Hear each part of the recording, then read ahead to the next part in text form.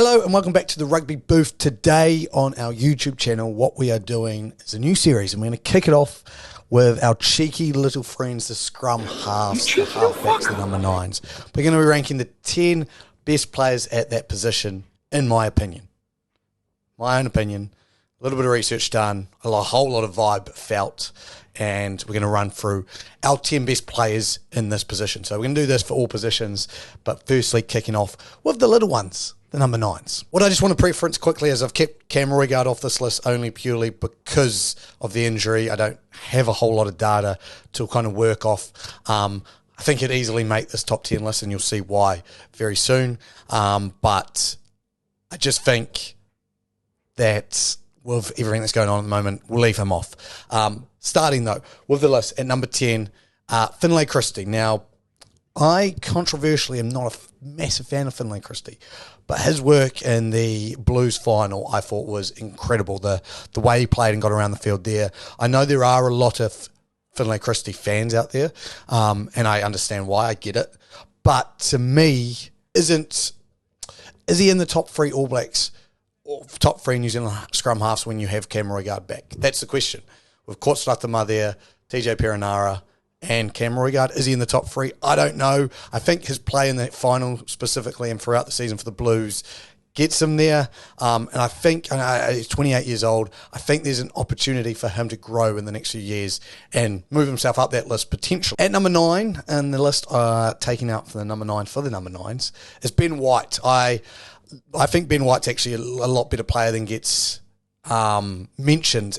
He took over Ali Price, his starting position in the Scotland scrum half, had a very, very good Six Nations. I thought was one of their better players, connected well with Finn Russell. It obviously helps having a Finn Russell at 10, but I thought he was very good and delivered on a lot of the performances that he needed in that Six Nations. Moved to Toulon this year and played well for Toulon. I think appeared in at least 20 games this year.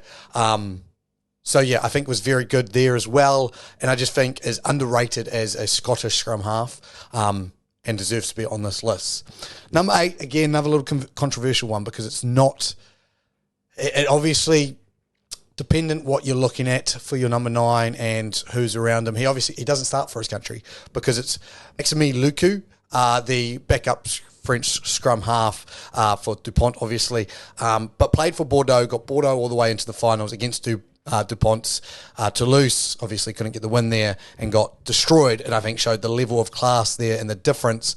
But I thought Lucu was very good, and I thought that has to be on this list. I look around on this list and just thought, yeah, he definitely deserves to be in there. Number 7, a bit of out of the blue one, but had a very good Rugby World Cup for Uruguay. Plays for Castres in the top 14. It is Santiago Arata. I'm hoping I'm pronouncing that right. But yeah, there's not a lot of information about him, and I didn't hear about him, and this is probably due to my lack of knowledge about the top 14. Pre-World Cup, and then obviously had another very good World Cup, and there were people talking about how good he was, and obviously if you play in the top 14 and then from one of those smaller sides, it does help. And Arata was very, very good, has to be on this list. Number 6, and this is probably the one that can manoeuvre higher and lower wherever people see fit, TJ Perenara. Now, obviously has been second fiddle to Aaron Smith for a very long time. Did his Achilles last year, but I thought came back and was fantastic for the Hurricanes. Previous to that, fantastic for the Hurricanes. Top try scorer in all of Super Rugby for a number 9 is pretty special. I think he's a very, very good player. I think he's underrated because of how good Aaron Smith was. And I'm basing these rankings off currently. Obviously, taking into the fold experience helps, but where we would currently rate the number 9s, and I think this is just the easy, clear answer. 5, and this I think people will say I've gone too high, but I really rate Alex Mitchell. Led Northampton into a win in the Premiership. I think is England's best halfback for a long time. I know Jack Van Poorvliet is very good, and I rated him highly on his tour of Australia, but I just think what Alex Mitchell has been offering since Jack's been out injured is just another level, and I think there's a clear top 4 of halfbacks at the moment, but I think Alex Mitchell has the opportunity in this New Zealand tour to push himself up to that top echelon. Number 4, I've got Aaron Smith. Now, I know if we're ranking them all time, Aaron Smith goes up a bit higher. Let's not lie about that. Let's not hide that. Aaron Smith is a very, very good number 9. Could argue the greatest ever 9 to live. Some would say no. Some would say yes. There's obviously another very good number 9 out there that's not been named yet. But Aaron Smith, definitely on this list. A big reason he's dropped to probably 4 is obviously no more international rugby, playing in Japan. A little bit harder to get a grasp of where he is at currently. But still, I think the way I see it, if he was still playing in New Zealand and played at a high level during Super Rugby, he'd be the All Blacks' first choice 9.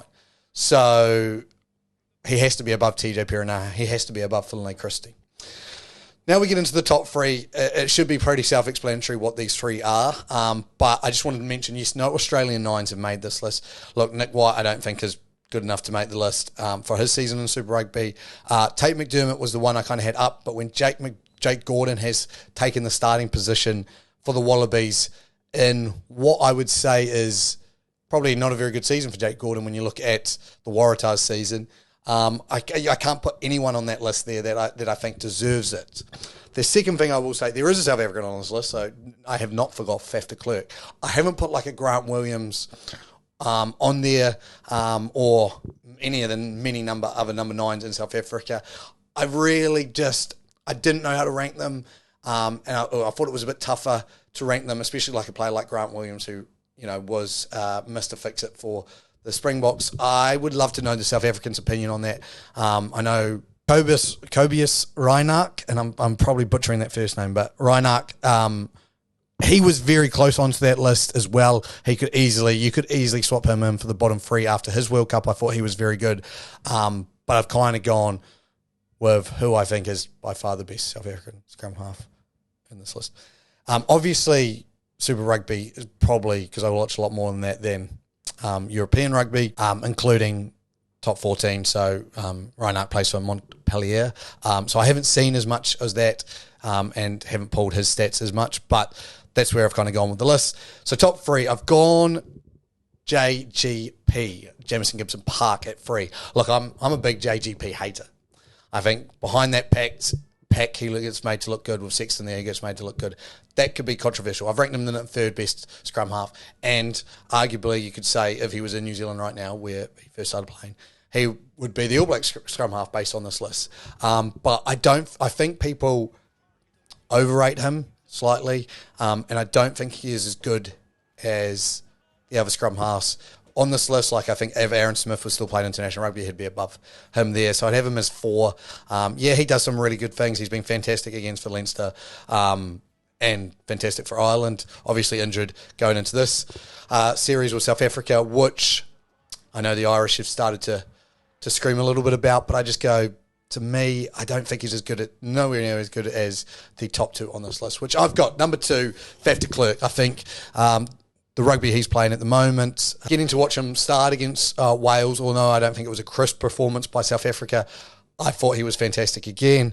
So he's not showing any signs of deterioration. Being 32 years old and obviously been in the South African setup for a while.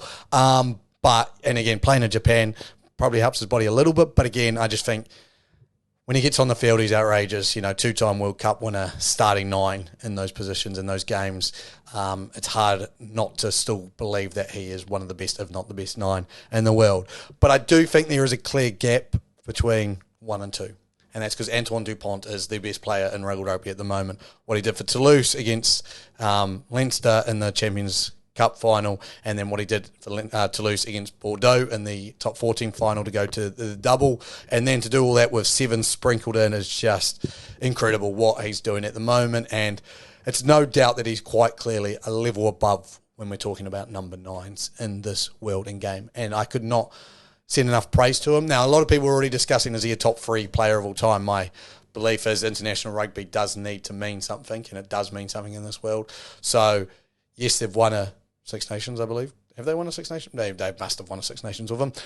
But a World Cup and the next World Cup is going to be big for him. Only 27 years old. He'll be 30 by then. He's probably got another 2 World Cups, and the freakish man may have 3 more in him. But 2 more World Cups to stamp his legacy, I think, on the game. Because if he wins a World Cup for France, the first ever World Cup, he will go down as one of the greatest, if not could be the greatest. If you add like a gold medal in sevens in there and all of that. So I just go, he's a hot topic right now to be in that discussion of best in the world. But that is my list of top 10 number 9s. This will be a regular series, hopefully coming out constantly on our YouTube channel. So make sure to join along and let me know in the comment section if I was right or wrong, who I missed, who you think is too low or too high on this list. For now, I've been Luke from the Rugby Booth. I will see you later. Goodbye.